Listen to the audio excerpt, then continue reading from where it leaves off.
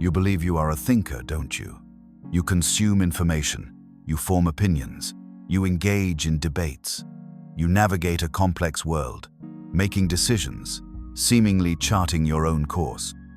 You pride yourself on your individuality, your autonomy, your capacity for independent thought. You imagine your mind is a fortress, impenetrable by the common currents of popular opinion, a sovereign domain where truth is discovered, not merely received. But what if this belief, this comforting notion of intellectual independence, is itself a profound illusion? What if the vast majority of your thoughts, your opinions, your very values, are not genuinely your own, forged in the crucible of self-reflection, but merely echoes of the crowd, echoes of the dominant narrative, echoes of what you were taught to believe, not what you dared to question?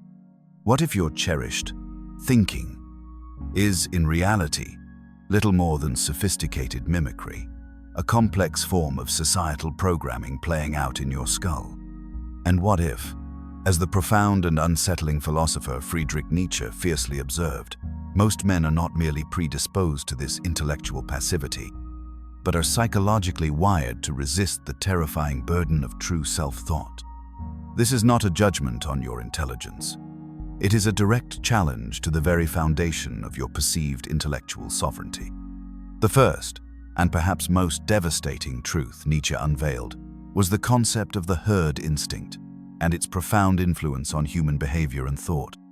He observed that humans, like animals, possess an innate, almost irresistible drive towards conformity, towards belonging to the collective. This instinct is not inherently malevolent. It is a primal survival mechanism. For millennia, deviation from the tribe meant ostracization, and ostracization meant death. Thus, the psychological imperative to align, to assimilate, to echo the consensus became deeply ingrained, a comforting warmth against the chilling winds of individuality. Nietzsche saw this not just in action, but in thought. He posited that the vast majority of what we call morality, our ingrained notions of good and evil, right and wrong, virtue and vice, is not born from individual, courageous self-evaluation, but from what he termed herd morality or slave morality. This morality, he argued, originated not from the strong, the self-actualized, but from the weak, the fearful, the resentful, who sought to control the powerful by defining their virtues, strength, ambition, self-assertion, as vices, and their own weaknesses, patience, humility, conformity, as virtues. 1. This allowed the herd to collectivize, to define its own safety, to suppress anything that threatened its homogeneity.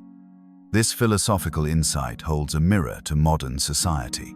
From the earliest days of schooling, where deviation is often punished and conformity rewarded, you are subtly, relentlessly conditioned.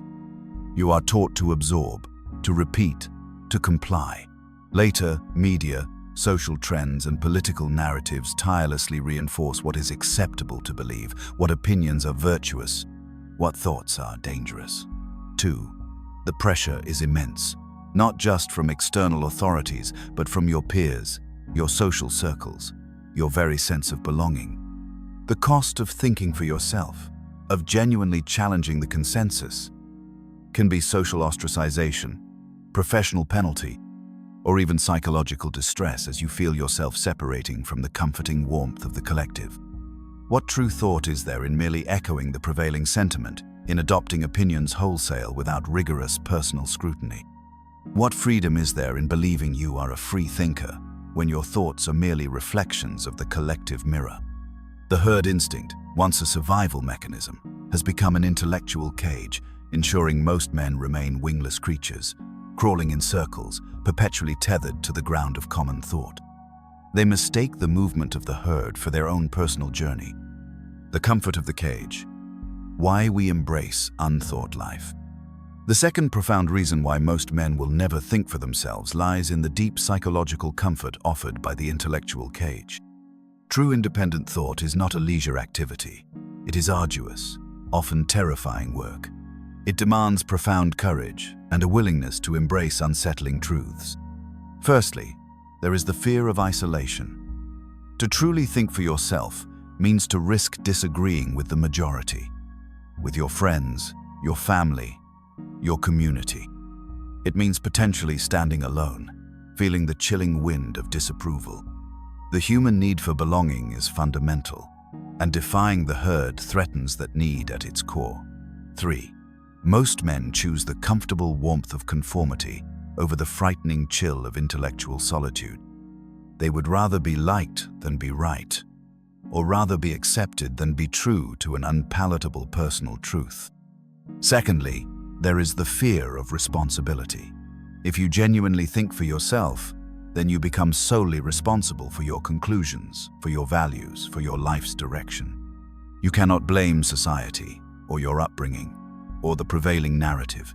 You bear the full weight of self-authorship. This is a terrifying burden for many. It is far easier to outsource your thinking, to adopt prepackaged beliefs, to follow the established pathways, because then the responsibility for failure or misdirection can be subtly shifted away from the self. This abdication of intellectual sovereignty is a profound act of disempowerment. Thirdly, there is the fear of truth itself. Genuinely thinking for yourself inevitably leads to uncomfortable truths about yourself, about society, about the nature of reality. It requires confronting cognitive biases, challenging cherished illusions, and often dismantling deeply held beliefs that have provided comfort and stability. This process can be painful, destabilizing, and profoundly disorienting. Many men prefer the comforting lie, the familiar delusion, the unexamined life, because the alternative demands a level of existential courage few are willing to muster. They build a shrine to confusion, rather than face the terrifying clarity that comes from genuine inquiry. What power is there in a mind that sacrifices truth for comfort, isolation for belonging, or responsibility for ease? What strength is there in standing within the crowd if it means you are perpetually numb to the call of your own unique path? This intellectual passivity keeps men small, safe, and utterly devoid of genuine self-mastery, mistaking external approval for internal validation. The architect of consensus, how society nurtures unthought lives. Beyond innate human tendencies, society itself is a masterful architect of consensus, systematically nurturing lives of unthought conformity. This is not necessarily a conscious conspiracy, but an emergent property of complex systems that benefit from predictability and control. Our educational systems, for instance, often prioritize memorization and regurgitation over critical inquiry and independent thought. 4. The goal is frequently to produce compliant citizens and productive workers, not necessarily courageous, original thinkers. Deviation from established curricula, from prescribed ways of thinking, can be implicitly or explicitly discouraged. The system rewards those who fit into its molds, subtly punishing those who question the very structure of the mold itself. Mass media and digital platforms further reinforce this. Algorithms curate echo chambers, presenting information that confirms existing biases, preventing exposure to dissenting viewpoints. 5 news cycles are designed to elicit emotional reactions and partisan loyalty, rather than nuanced understanding. Social media platforms reward conformity through likes and shares, creating a constant pressure to perform a particular identity, to parrot popular opinions, to never stray too far from the perceived norm. 6. The internet, designed to connect us, often isolates us within bubbles of pre-approved thought. 7. Even our social structures and institutions, from corporate hierarchies to political parties, often reward loyalty and conformity over independent critique. Dissenters are often marginalized, their careers stifled, their voices silenced. 8. The path of least resistance is almost always the path of intellectual capitulation, the path of simply accepting the prevailing narrative. This creates a powerful incentive structure: conform, and you will be rewarded with stability, acceptance, and ease. Think for yourself, and you risk everything. What intellectual freedom is there when the very structures designed to inform and connect you are subtly or overtly designed to control your perceptions and thoughts. What genuine autonomy can exist when the default setting of your environment is engineered for conformity? This societal engineering makes it profoundly difficult, even for those with a flicker of independent spirit, to break free from the gravitational pull of common thought. The cost of the unexamined mind. A life forfeited. The profound, devastating cost of living an unexamined life, of allowing others to do your thinking for you, is nothing less than the forfeiture of your authentic self. You become a shadow of your potential, a hollow echo of someone else's design. Firstly, there is the slow, corrosive erosion of authenticity. When your opinions are not truly your own, when your values are merely adopted, when your life path is dictated by external expectations, you lose touch with your inner compass, your genuine desires, your unique spark. You become a wingless creature, crawling in circles, believing you are flying simply because everyone around you is doing the same, never realizing you could soar on your own terms. This leads to a pervasive sense of unfulfillment, a gnawing hollowness that no external achievement can fill. Secondly, there is the festering of resentment and bitterness. When you live a life that is not truly your own, a life dictated by unexamined beliefs and external pressures, a deep, often unconscious, resentment builds. This resentment is typically directed outwards, at society, at others, at perceived injustices, but its true source lies in your own abdication of intellectual responsibility. You become a soldier seduced by the shimmer of his enemy's blade, believing it to be a prize, never realizing it is the instrument of your own intellectual enslavement, leading to a perpetual, internal battle that exhausts your spirit. Thirdly, there is the trap of self-deception and intellectual dishonesty. To avoid the discomfort of true thought, men often engage in elaborate mental gymnastics to justify their conformity, to rationalize contradictions, to ignore inconvenient facts. This intellectual dishonesty poisons the well of genuine self-knowledge, leading to a fragmented psyche and an inability to perceive reality clearly. You build a shrine to confusion, where truth is sacrificed for comfort, and genuine insight is replaced by comforting illusions. What true strength is there in avoiding the difficult work of self-knowledge, if it means you are perpetually a stranger to yourself? What purpose can animate a man whose deepest desires are buried beneath layers of inherited beliefs? This intellectual passivity condemns men to a life of quiet desperation, perpetually unfulfilled, living an existence that is fundamentally not their own. The will to power, or its absence, the deeper drive to conform. Nietzsche's concept of the will to power provides a crucial lens through which to understand this pervasive conformity. He argued that the fundamental human drive is not merely towards survival or pleasure, but towards growth, mastery, and the assertion of one's own values. 9. It is a drive to overcome, to create, to impose one's own meaning onto existence. When this inherent will to power is stunted, suppressed, or misdirected, it doesn't simply disappear. Instead, it often manifests as a distorted form of power. The power of the herd, the power of conformity. Men who lack the courage to assert their own values, to define their own truths, will instead seek power in numbers, in belonging, in the collective validation of common thought. They derive their sense of strength from being indistinguishable from the majority, from adhering perfectly to the group's norms. Their will to power becomes the will to not stand out, the will to not challenge, the will to not take individual responsibility. This is the profound tragedy. The very drive that could lead to self-overcoming and individual greatness is perverted into a desire for safety, for ease, for the abdication of genuine intellectual and spiritual sovereignty. They sacrifice the possibility of becoming a self-created overman, Nietzsche's ideal of the self-mastered individual, for the comfort of remaining a predictable cog in the machine of consensus. This absence of a genuinely asserted will to power leaves men spiritually impoverished, intellectually barren, and utterly powerless to shape their own destinies. They are driven by unseen forces rather than driving themselves. What true power can a man claim if his fundamental drive is to conform, to be accepted, to avoid the demanding path of self-creation? What meaningful impact can he have if his will is merely a reflection of the collective's unspoken command? This deep-seated fear of exerting one's own will to power leads to a life lived by default, not by design, ensuring that most men will never truly think for themselves. Breaking the chains of commonplace thought, the path to self-creation. So, how does a man break free from these pervasive chains of unthought conformity?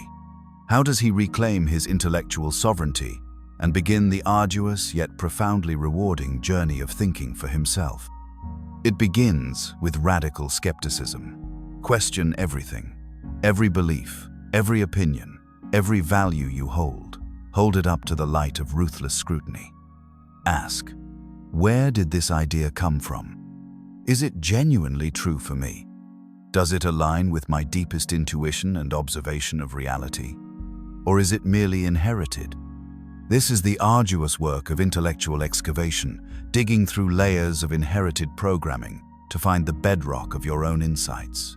Be willing to be wrong. Be willing to dismantle cherished illusions. Next, cultivate courageous introspection and self-authorship. Turn off the noise. Disconnect from the endless stream of external opinions and digital distractions. Sit in silence. Wrestle with your own thoughts. Define your own values, your own principles, your own purpose, even if they deviate from the norm. This is the act of genuine self-creation, of becoming the sculptor of your own soul. It demands a profound willingness to stand alone, to embrace intellectual solitude, and to bear the full weight of your own conclusions. This is the work that frightens most men. Embrace the discomfort of dissent. Understand that true intellectual independence often comes with social friction. Be willing to disagree, to challenge the consensus, to speak your truth, even when it is unpopular or inconvenient. This is not about being contrarian for its own sake, but about valuing truth and integrity above external approval. This is how you develop intellectual backbone, a non-negotiable component of true self-mastery. Finally, cultivate a fierce, directed will to power in the Nietzschean sense. Not a desire to dominate others, but a relentless drive towards self-overcoming, self-mastery, and the continuous creation of higher values within yourself. Let your life be a testament to your own consciously chosen principles, not a reflection of what others expect or desire. This is the pursuit of genuine excellence, the manifestation of your unique potential, the active shaping of your own destiny. The path to truly thinking for oneself is not easy. It is a lonely, demanding, and often terrifying journey. It requires a profound break from the comfortable warmth of the herd, a willingness to face the chilling winds of intellectual solitude, and a relentless commitment to truth above all else. Most men, as Nietzsche observed, will choose the comfort of conformity, the ease of received opinions, the safety of the unexamined life. They will remain wingless creatures, perpetually tethered to the ground. But a select few will hear the call. A few will feel the deep, gnawing dissatisfaction with an unthought life. A few will dare to question, to challenge, to look within. Will you continue to be a pawn in a game designed to keep you intellectually subservient, perpetually reflecting the thoughts of others? Will you remain a shadow, living an existence that is fundamentally not your own? Or will you have the immense courage to break free, to challenge the cultural scripts that have defined your mind, to step into the terrifying yet infinitely rewarding work of truly knowing yourself, owning your thoughts, and embodying your full, integrated, sovereign intellectual power, so that you can truly think for yourself, create your own values, and live a life defined by your own conscious will? The world needs sovereign minds, not echoes, and the choice to become that man, to reclaim your own thought, rests entirely with you. Reclaim it.